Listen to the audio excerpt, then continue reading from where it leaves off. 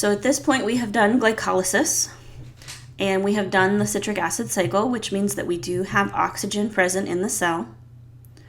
And by the time we've done the citric acid cycle, glucose has been completely broken down into 6 carbon dioxides. So we don't actually need this organic molecule anymore. So there's nothing else to actually break down.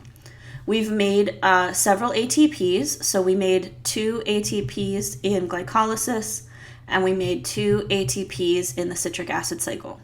Remember that I promised you 32 ATPs, and we have now made a net total of 4, and so we need 28 still. And those are all going to come from oxidative phosphorylation. And the place that we're going to get the energy for this oxidative phosphorylation is the NADHs and the FADHs. So what we should have right now is we should have 2 NADH from glycolysis. We should have 2 NADH from the pyruvate oxidation. We should have 6 NADH from the citric acid cycle and 2 FADH2 also from the citric acid cycle. So we actually have a lot of energy storing molecules here. So we have a total of 10 NADH and 2 FADH2. And these are all going to go into the electron transport chain to power the production of those last 28 ATPs. So this is going to happen inside of the mitochondria. So it happens on the inner membrane called the cristae. And if you remember what the structure of the mitochondria looks like, the inner membrane is highly folded. So this is highly folded to increase the surface area for the electron transport chain. For the most part, the electron transport chain is just a bunch of proteins. So they're just some membrane proteins all in a row, and they're literally going to pass electrons from one to the other. As the electrons are passed, they lose free energy. That means they have a negative delta G. So this is spontaneous, and they are going down in energy. When you go down in free energy, you are going to release energy. And that energy is going to be used to power movement of molecules. You'll notice that every time an electron moves, we're going to have a redox reaction because the one that is donating the electron is going to be oxidized and the next one in the chain is going to be reduced. So we often call this a series of redox reactions because that's literally what's happening. We're just passing electrons from one protein to the next. So here's our kind of overall image. So glycolysis happened out in the cytoplasm. We turned glucose into pyruvate. We made 2 ATPs and 2 NADHs. The pyruvate oxidation is going to produce 2 NADH per glucose and 2 carbon dioxides. The acetyl-CoA then enters the citric acid cycle, where we made a total of 6 NADHs and 2 FADH2, and a total of 2 ATPs, and we released 4 carbon dioxides total for the glucose. So there's 2 from here, 4 from there. That's all 6 carbons from the glucose. That's completely broken down. All we have left is our NADH and FADH molecules, which are all going to move into this inner membrane of the mitochondria to go through this process of oxidative phosphorylation. And then this is going to produce 28 ATPs.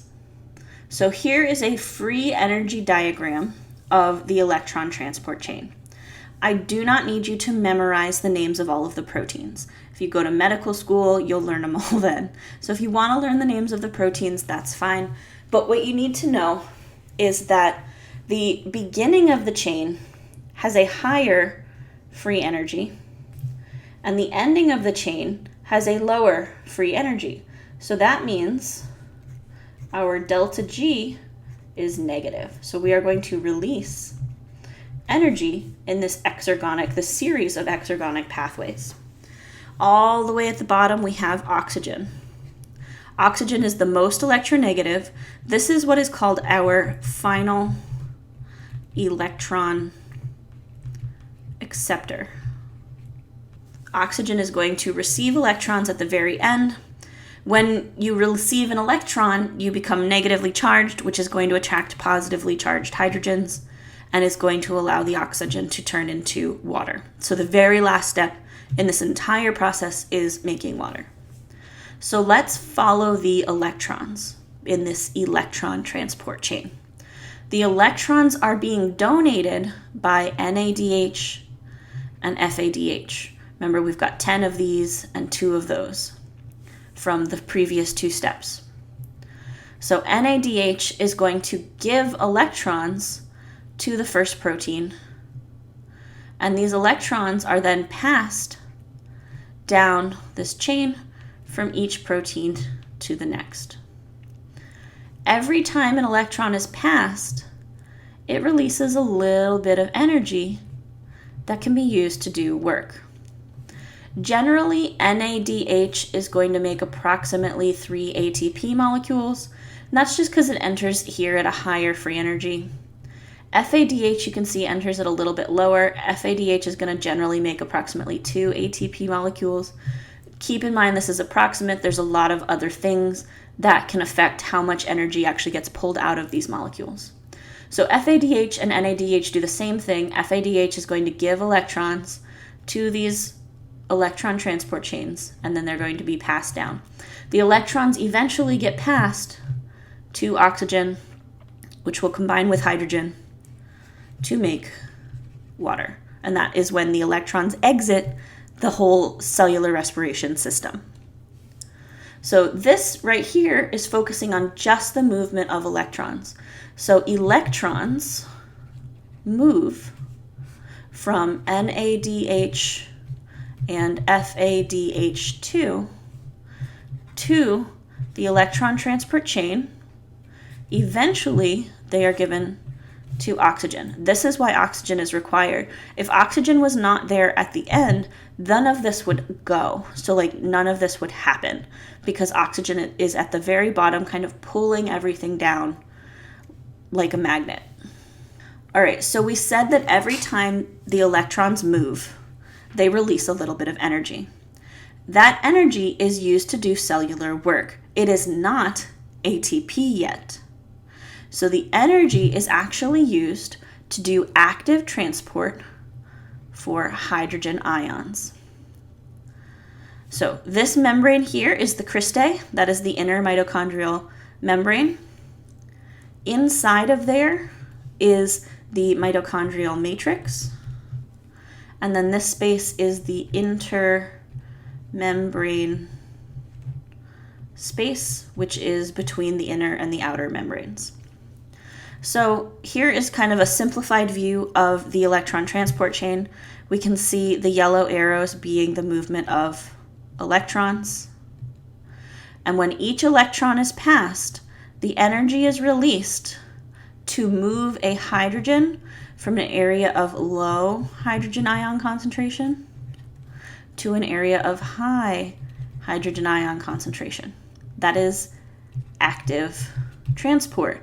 That's what the energy is being used to do. So every time an electron moves, free energy is released, and that free energy is going to pump hydrogens across this membrane to increase the concentration of hydrogen ions in this intermembrane space. So what's going to eventually happen is we are going to build up a concentration of hydrogen ions in the intermembrane space.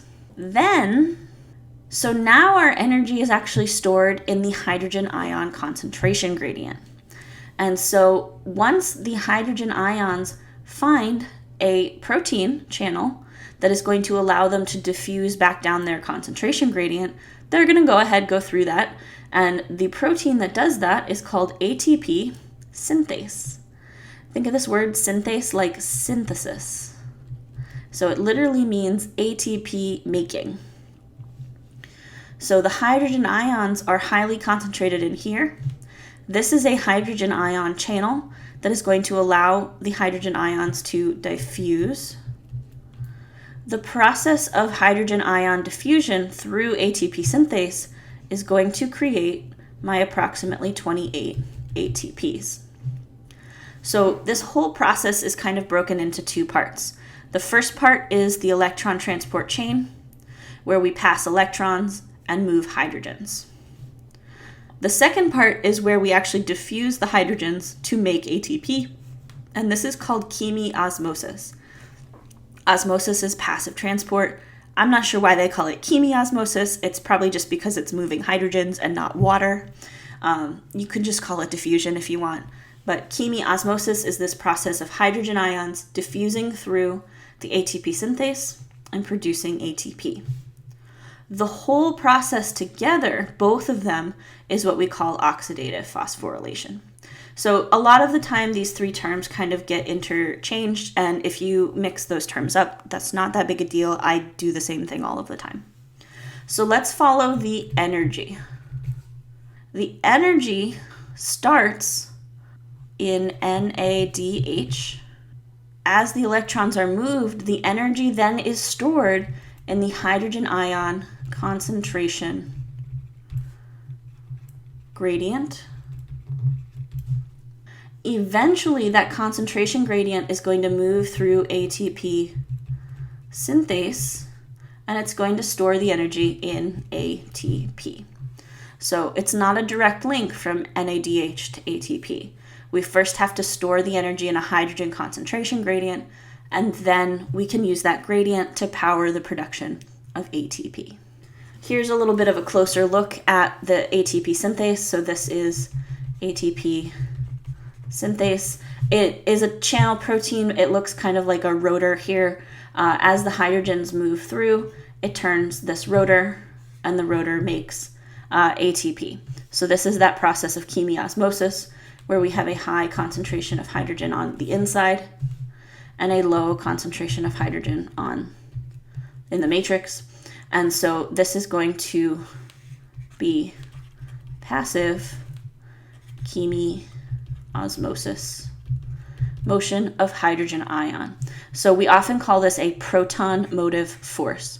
Again, proton just means H+. Motive is our motivation. So it is a proton or hydrogen ion motivated force to do work.